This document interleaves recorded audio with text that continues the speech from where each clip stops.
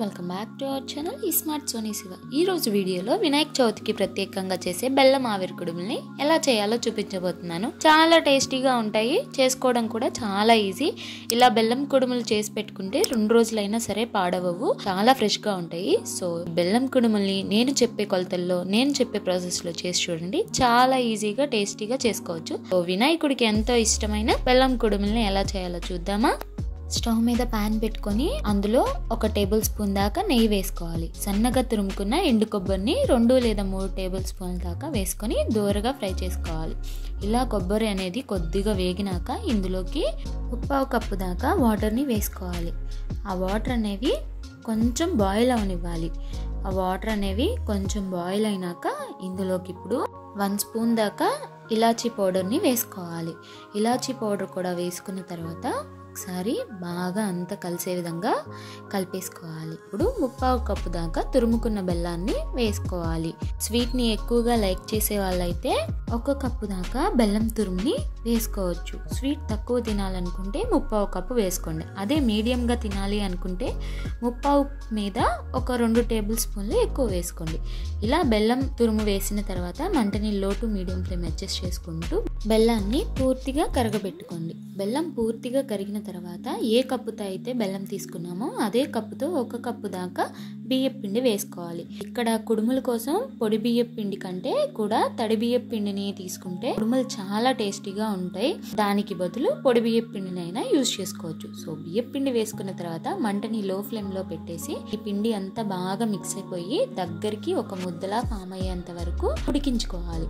ముద్దలా దగ్గరికి అయిపోయాక స్టవ్ ఆపేసి మూత పెట్టి పక్కన పెట్టాలి. కొంచెం గోరువెచ్చగా అయ్యాక చేతికి నెయ్యి అప్లై చేసుకొని కుడుములు చేసుకోవాలి. వినాయక చవితి రోజున ప్రసాదం కింద 3, 5 రకాల నైవేద్యాలు పెడతాం కదా. సో ప్రసాదాలు ఎక్కువ చేసే టైం లేని వాళ్ళు లేదా ఓపిక లేని వాళ్ళు కానీ ఇలా కుడుముల్ని 5 రకాల షేప్స్ లో చేసేస్తే వినాయకుడికి ఎంతో ఇష్టమైన కుడుములు కాబట్టి 5 రకాల ప్రసాదాలు పెట్టినట్టే. సో నేను ఇక్కడ ఈ పిండిని 5 రకాల షేప్స్ లో ఎలా చేసుకోవాలో చూపిస్తాను. ఫస్ట్ వచ్చేసి ఇలా చిన్న చిన్న ఉండ్రాల్లా చుట్టుకోవాలి. ఇది ఫస్ట్ షేప్ అన్నమాట. రెండో షేప్ వచ్చేసి అప్పాల కింద అరచేతిలో ఒత్తుకుంటే రెండో షేప్ కూడా రెడీ అవుతుంది. మూడో షేప్ వచ్చేసి ఒక తమలపాకు తీసుకొని ఆకు మీద పిండిని పెట్టి ప్రెస్ చేస్తే ఆకు షేప్ వస్తుంది. మనకి మూడో షేప్ కూడా రెడీ అయిపోయింది. ఇప్పుడు 4వ షేప్ వచ్చేసి ఇలా చేతిలోకి పిండిని తీసుకొని వేళ్ళతో గట్టిగా ప్రెస్ చేస్తే ఇలా ముద్దలాగా వస్తుంది. 4వ షేప్ కూడా రెడీ అయిపోయినట్టే మనకి. 5th షేప్ వచ్చేసి మోదకాల షేప్. ఫస్ట్ రౌండ్ గా చుట్టేసి పైన కొద్దిగా ఇలా ప్రెస్ చేయాలి, అప్పుడు మోదకం షేప్ వస్తుంది. నెక్స్ట్ దానికి లైనింగ్ కోసం ఫోర్క్ తీసుకొని కొద్దిగా ప్రెస్ చేస్తే మంచి డిజైన్ వస్తుంది. సో ఇలా ఒక షేప్ని తయారు చేసుకోవచ్చు. ఇలా 5 రకాల షేప్స్ని ప్రిపేర్ చేసుకున్న తర్వాత ఇప్పుడు ఈ కుడుములన్నీ ఆవిరి పట్టించాలి. ఆవిరి పట్టించడం కోసం ఇడ్లీ పాత్రని స్టవ్ మీద పెట్టి నీళ్లు పోసి బాయిల్ అవ్వనివ్వాలి. ఈ లోపు ఇడ్లీ ప్లేట్లలోకి కుడుముల్ని అరేంజ్ చేసుకోవాలి.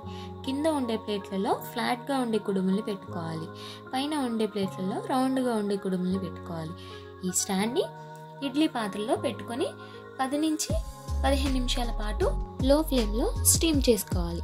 15 నిమిషాల తర్వాత స్టవ్ ఆపేసి ఈ స్టాండ్ పక్కకి దించుకొని పూర్తిగా చల్లారనివ్వాలి.